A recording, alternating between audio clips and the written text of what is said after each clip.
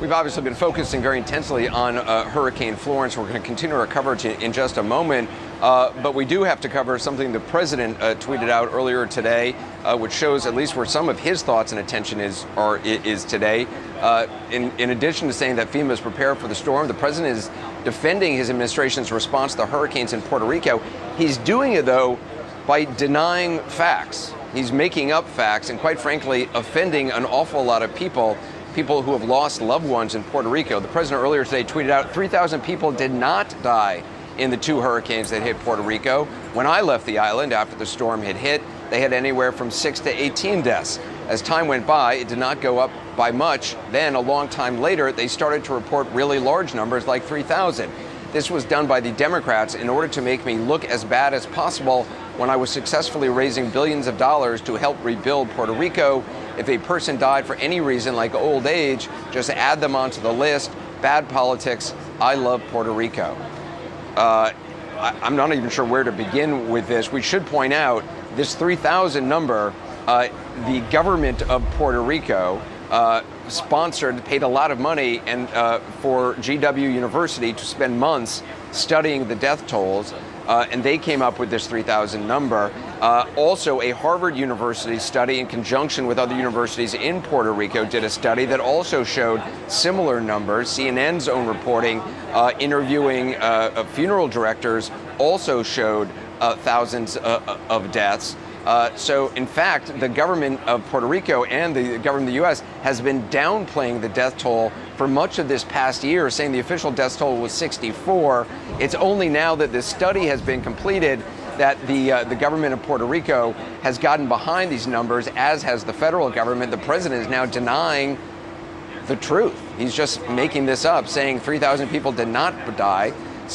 Our Bill Weir is in San Juan, Puerto Rico for a special he's going to be airing next week on about the one-year anniversary of the storm and how Puerto Rico is doing right now. Bill, I can't even imagine what people who have lost friends and loved ones in San Juan and elsewhere in Puerto Rico think about the President of the United States denying that 3,000 Puerto Ricans, or nearly 3,000 Puerto Ricans, have died as a result of this storm. It is, Anderson, just the latest in a string of just abhorrent affronts to the folks here who have suffered misery that most of us could never imagine. Let's be honest. If it had happened in Iowa, where they didn't have power for 8 months and were drinking rainwater, this wouldn't even be the tragedy it is now. But you're right, George Washington University, the School of Public Health, using their best science, using death certificates, came up with that number of 2,975, putting it on par with 9/11, making it the deadliest storm in American history. And that's the big picture thing. But I spent some time this morning with one very personal story. And if you remember our coverage from a year ago, then you remember Miguel and Diana. I found them in the hills of Aguas Buenas. Their home had nearly been completely crushed by a falling high-tension line. They huddled together in their living room, said goodbye to each other, this couple of 50 years of marriage, but they survived. Miguel had just about half a vial of insulin left in a powerless refrigerator. The VA saw a report, got him medicine. He stabilized, but in the months afterwards, the stress, the fumes from the generator, Miguel passed away right around Thanksgiving on their 50th anniversary. So I went to check on his widow, Diana, today to see how she's doing. First of all, she told me that FEMA sent her a check for $1,700, but it was in her husband's name, so she gave it back.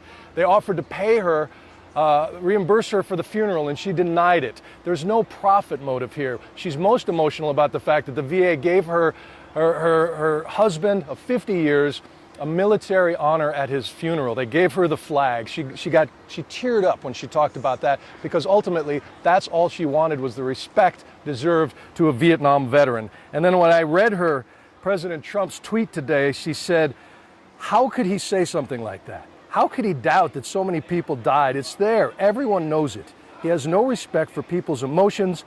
He's worthless. He's crazy. And these are words from a woman, very soft-spoken, abuela, a grandmother, who I'm sure does not say these things lightly. But for her, again, it's not about getting her husband's name on the official death toll, which it isn't.